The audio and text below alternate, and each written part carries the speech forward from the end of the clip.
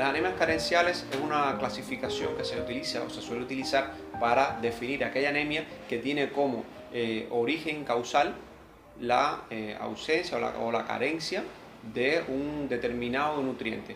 Las dos más importantes son la anemia por déficit de hierro y la anemia por déficit de folatos o de vitamina B12, que son los nutrientes más importantes para la conformación de la hemoglobina y de la síntesis de la eritropoiesis. La anemia es una enfermedad caracterizada por una disminución en la cantidad de glóbulos rojos o hemoglobina en sangre. Como conocimos en el programa anterior, se trata de una proteína que transporta el oxígeno desde los pulmones hacia el resto del organismo.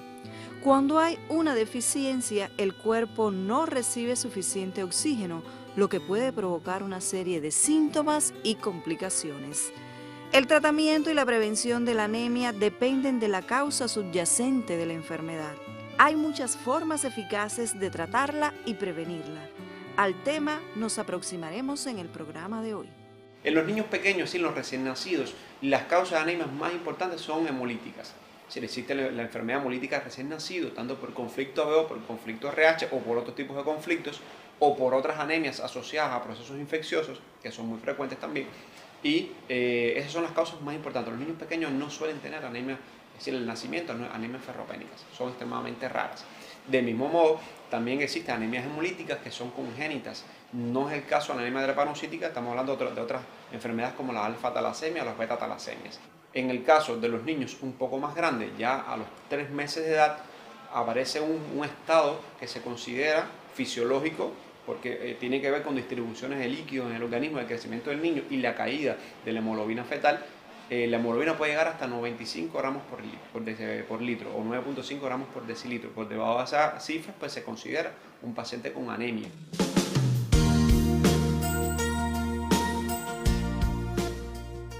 La anemia aparece cuando se pierde el balance entre lo que usted aporta al paciente, la biodisponibilidad del alimento que usted está aportando, las pérdidas sanguíneas y el almacenamiento de lo que usted está incorporando. Entonces, cuando ese balance se rompe, pues entonces es que aparece la anemia. Y bueno, en el caso de los niños más pequeños, por supuesto, las causas más frecuentes son nutricionales, es decir, que es una pérdida en el aporte o lo que estamos dándole al niño no tiene una biodisponibilidad aceptable, es decir, que no se absorbe completamente. Y esto es muy frecuente en el caso de los niños que no llevan una lactancia materna exclusiva. La leche materna, si bien tiene unas cifras de hierro, unos niveles de hierro bajos, es la que más absorbe. Tiene un 50% de biodisponibilidad. Fíjese que es bastante elevado en comparación con la leche de vaca, que tiene un alto contenido de hierro, pero no se absorbe bien.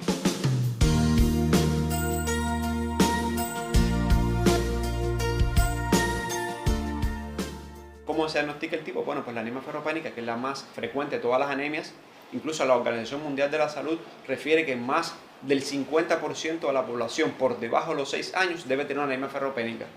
Y hasta los 12 años, hasta un 25% de la población debe tener anemia ferropénica. Y todos los estudios avalan esas cifras, es una frecuencia con la que se presenta.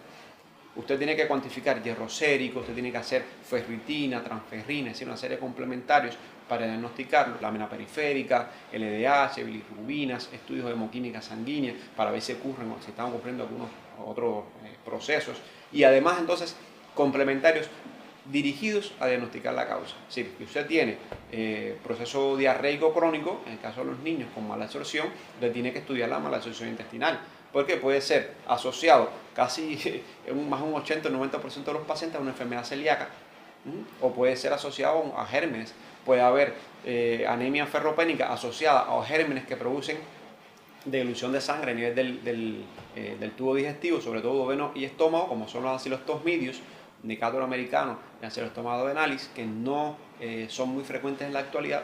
Casi todos los parásitos están erradicados porque se presentaba antes en pacientes que andaban descalzos en la tierra, sobre todo en el campo. Pero bueno, eso casi nadie ya está así. Y realmente es muy raro encontrarse. Pero bueno, es una de las causas que se pueden presentar en los niños.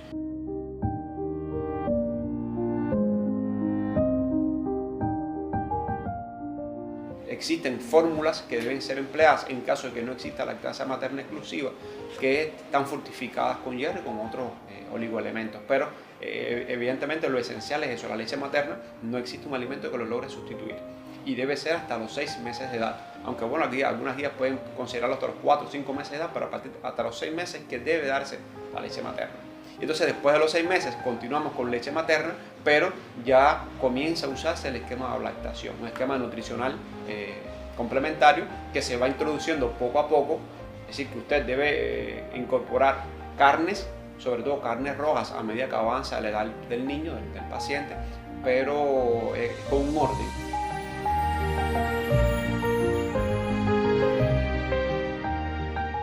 Se trata preventivamente a estos pacientes que son prematuros, es decir, los que no nacen a término, los niños que son recién nacidos bajo peso y los niños que han tenido un hermano gemelar durante el embarazo. Pues entonces esos niños deben comenzar a ser tratados con profilaxis de hierro a partir del primer mes de vida.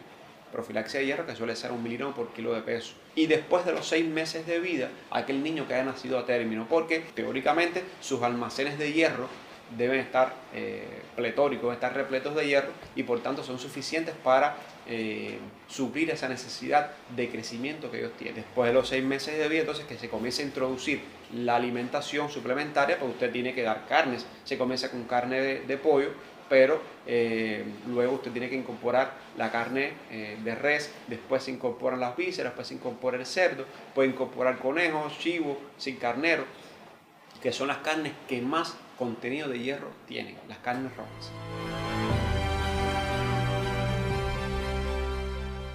Una vez que ya usted tiene establecido el diagnóstico de la anemia, pues entonces lo que vas a pasar a tratar terapéuticamente la anemia. Si ya no es una dosis profiláctica, que esa que se da y que debe continuar hasta el año de vida, ya es una dosis terapéutica y la dosis terapéutica se eleva. Entonces suele ser de 3 a 6 miligramos por kilo al día. Siempre se prefieren las terapias orales. En el mundo entero, no es una cuestión nuestra, es en el mundo entero, las terapias orales son las más importantes porque son las que tienen mayor biodisponibilidad, son las que tienen mayor acceso, son las que tienen menor costo en el tratamiento. Y si estamos hablando de una enfermedad tan frecuente, por supuesto, entonces el costo tiene que ser mucho más bajo. Las sales de hierro son las que se utilizan para el tratamiento de las anemias ferropénicas. Usted, una vez que repleta o que aumenta la hemoglobina del paciente, pues entonces tiene que repletar los depósitos. Y entonces las guías recomiendan, algunas llevarlo hasta los 4 meses después que se haya restituido la cifra de hemoglobina, y otras recomiendan entonces llevarlo el mismo tiempo que tomó llevarlo a cifras normales.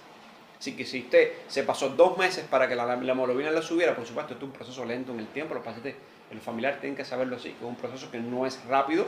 No existe ningún medicamento en la actualidad que aumente rápidamente la cifra de hemoglobina. Bien, y en el caso de la anemia carencial, pues entonces es lenta en el tiempo. Suele demorar 4 meses, 5 meses, hasta 6 meses el paciente en tratamiento. Si le llevó 2 meses llevarlo a cifras normales, tienen que pasar 2 meses más tomando el medicamento a la misma dosis para que entonces sea efectivo. Porque si no llenamos los depósitos de hierro, la anemia va a volver a aparecer.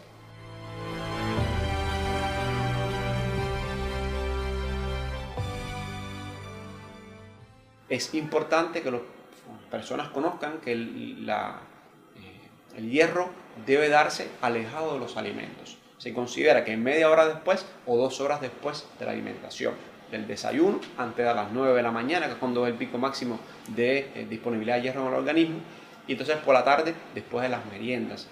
Yo siempre les sugiero a los pacientes, y es una cuestión práctica, tal vez no existe evidencia al respecto, que lo ven después de la alimentación, porque el fumarato ferroso sobre todo produce trastornos gastrointestinales. Esa es la reacción adversa más frecuente de todas las sales de hierro a nivel mundial. No debe ser consumido con lácteos, porque los lácteos neutralizan el ácido clorhídrico del estómago y por tanto disminuye la biodisponibilidad del medicamento. Así que ya no se va a absorber todo lo que debería ser. Incluso un cambio químico que suele ocurrir en el medicamento y en los alimentos que contengan hierro, pues simplemente no ocurre y por tanto es una práctica que hay que evitar. Aquí todo lo importante es una alimentación balanceada. Eso en todos los pacientes, en todos los grupos etarios, eso es lo que hay que tener. Todas las dietas balanceadas llevan un aporte de proteínas, llevan una carne, tal vez se puede usar el huevo, sobre todo la yema, que es la que más contenido tiene, pero lo importante es eso, una alimentación balanceada.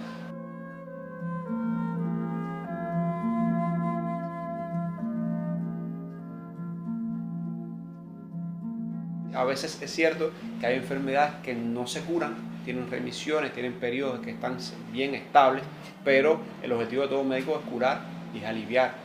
Y bueno, yo creo que la medicina en sentido general va hacia ahí, hacia curación, rehabilitación del paciente y mejorar calidad de vida. Porque hay pacientes que usted tal vez no logre curarlos, pero sí les tiene que mejorar la calidad de vida. Y eso es satisfactorio para todos los médicos. Creo que ese es el objetivo por el cual se trabaja. Si usted no trabaja con ese optimismo y con esa necesidad de curar al paciente, pues simplemente su trabajo no es el más útil. Esa es mi consideración. El médico tiene que estar bien preparado, tiene que, por supuesto, tener una dosis de humanidad importante, tiene que querer lo que hace, tiene que tener amor por lo que hace y tiene que tener además, para que eso se logre, conocimiento y disciplina.